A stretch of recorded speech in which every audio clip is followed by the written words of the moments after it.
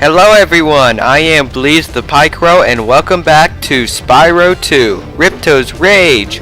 Last time we started the game and came to this place, Glimmer.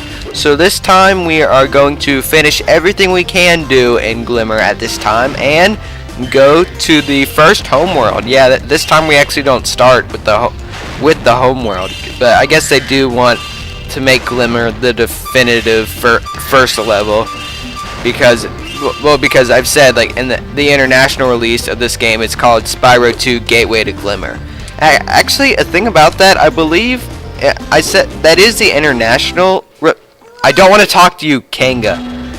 That is the international title, but I believe the only country that has the title Ripto's Rage is America and maybe Canada. So yeah, how come we are different? Seriously. Okay, so here's the next orb challenge. We basically need to. So we're gonna learn a new mechanic. Me talking while someone else is talking kind of distracts me, but yeah, new mechanic. You can see these things like this. Spyro will put them in his mouth, and by pressing the flame button, you can shoot them, and it acts as a projectile, as you can see. Follow me to the next lizard. Yeah, so you basically just have to take out a handful of lizards and we'll get an orb. And if you haven't been able to tell yet, I'm not going to let every single person talk, because granted, if I did that, I'd never be able to talk. And there'd be a ton of editing with it. Yeah, kind of an interesting fact. Spyro the Dragon took a lot more editing for each video than Super Mario 64, just because, you know, every time I got a dragon, I had to do change the volume to like louder when it has the dragon, and then change it back, and blah blah blah blah blah. Okay, I missed that. yeah, but a new thing which he will explain: when you have something in your mouth, you can use the triangle to aim. Though this one you're not supposed to need to aim. Yeah, that one you can just shoot it. But yeah, and actually while we're waiting for him to come over, something real quick. Well, first off, I'm glad I got a whole video of explanation out of the way.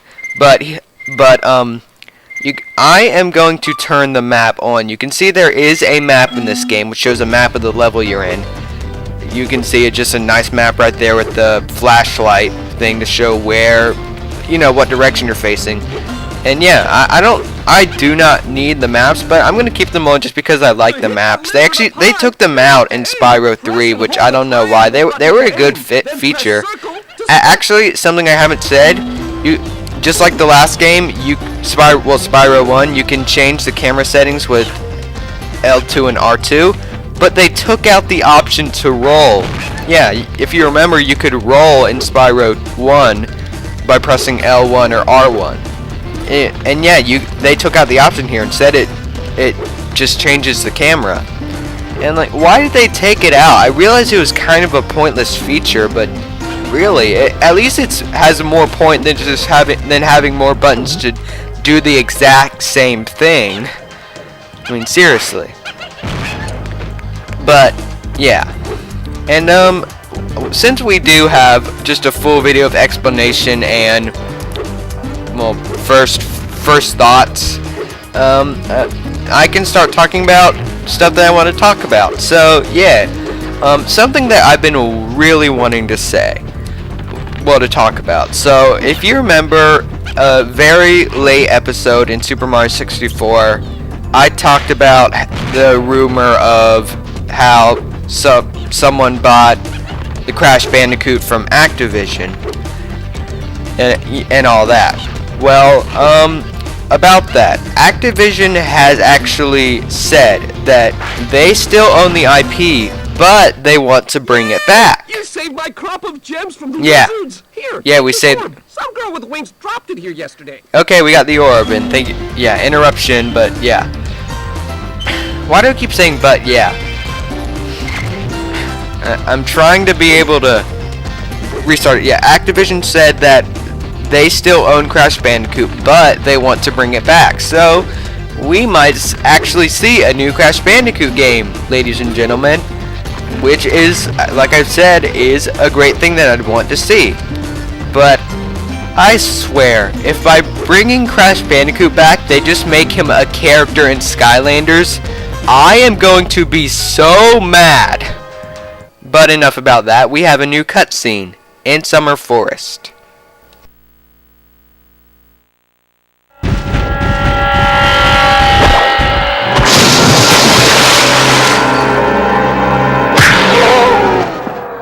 Oh no!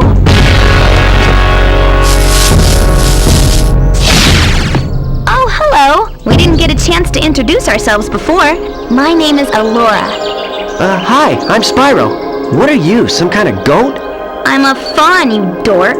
Oh, sorry. Did you meet the gym cutters in Glimmer? Yeah, they gave me a souvenir too. They called it a talisman. They gave you a talisman? What, is it special? I just stuck it in the guidebook you gave me. There are 14 talismans in Avalar, and they are all magical. If you can collect enough of them, they can be used to defeat Ripto. Hunter, where have you been? Got a little lost. Spyro's going to help us collect the talismans. I am? Yes? Spyro, look. There's no way you can get to Dragon Shores right now. Ripto and his monsters have taken over the castle here in the Summer Forest. You're going to have to go to Avalar's worlds and convince the inhabitants to give you their talisman. You can keep them in your guidebook. Hey, I could do that. Why doesn't the dragon just torch Ripto? Hunter, you can't even keep track of your running shoes. How can we trust you with 14 talisman? If you come across any orbs, they're important too, but I'll tell you about them later. Okay, no problem. I'll collect a few talismans, give Ripto the old hot foot, and be in Dragon Shores by lunchtime. I didn't know the plural for talisman was also talisman. But yeah, anyway, forgot to say, we are done with Glimmer for now. So we are in the homeworld. And here we are in Summer Forest. And one last new feature. If you pause the game, you can go to the guidebook, which Alora gave us. And you can basically see the data for the levels you've been in. I'm going to go to Glimmer. And you can see, you can see everything you've gotten there.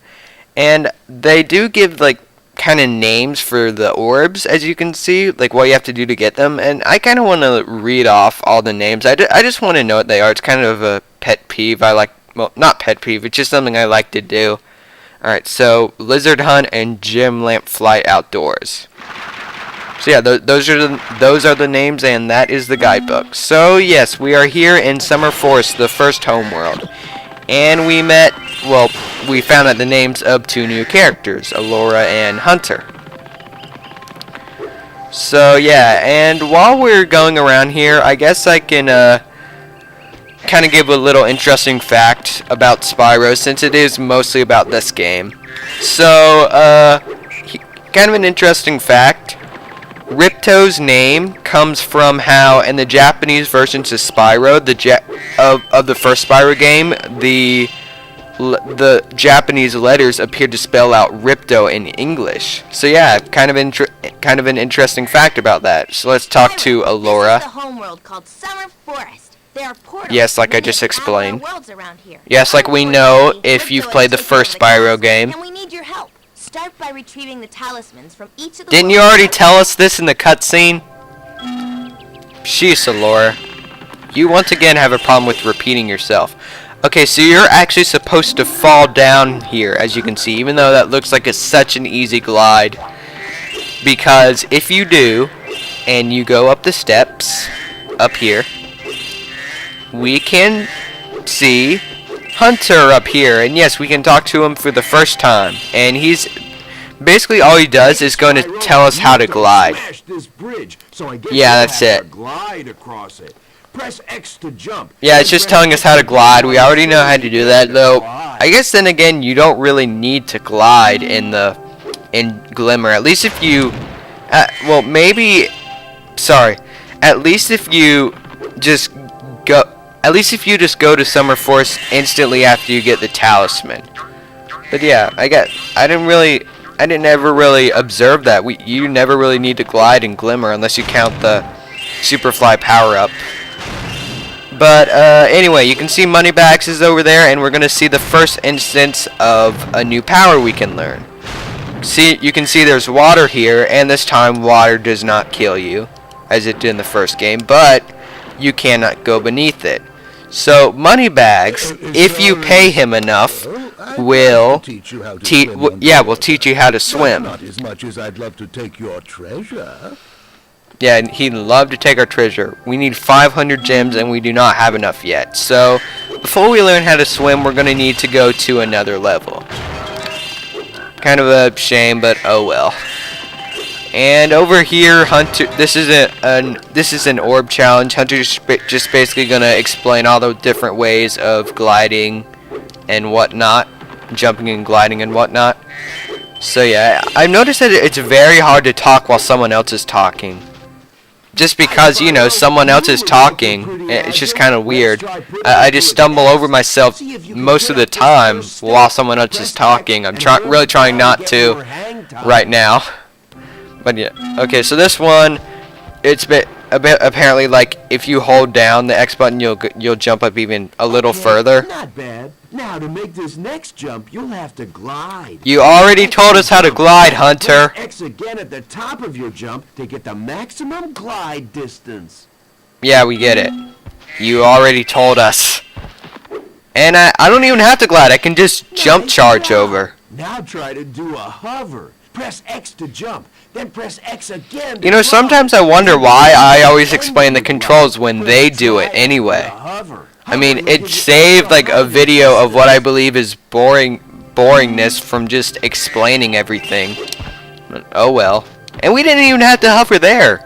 The jump charge beats all. In case you don't know what I'm talking about, it's when you press the charge button and jump button at the same time. You kind of do a jump charge. Very good. Now for the hardest leap of all. You'll have to give this one everything you've got. You mean jump, charge, and hover? Easy as pie. Get to the edge of the platform. Don't forget to press forward on the D-pad or analog stick when you hover. Okay, so this one's basically telling how you can go a little, you know, to kind of go forward when you hover. But I'm obviously cheating it a lot by jump charging. The jump charge is the cheater for this game. The cheating jump charge. And I just made the title of this video. Okay, and we get the orb. The first orb in Summer Forest. Actually, even when we get swim, this is another level which we cannot complete yet because we need to learn how to climb. Which we will learn how to do in the next world. I think that's kind of weird how they make two levels, which you instantly cannot do it complete 100% at first because you can't climb at least the first two in a row. Okay, finally explaining about Sparks. I actually haven't gotten to say this. So again, same as the first game. Sparks is basically your health bar. So if you're at full health, he's yellow. You take a hit, he turns blue. Take another hit, turns green. Take another hit, he goes away. Take another hit, you die. So yeah, we basically have an immune system dragonfly. And I think that's about it.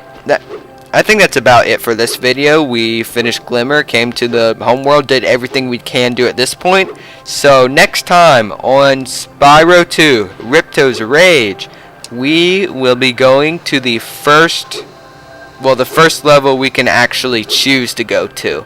But until then, thank you for watching and have a nice day.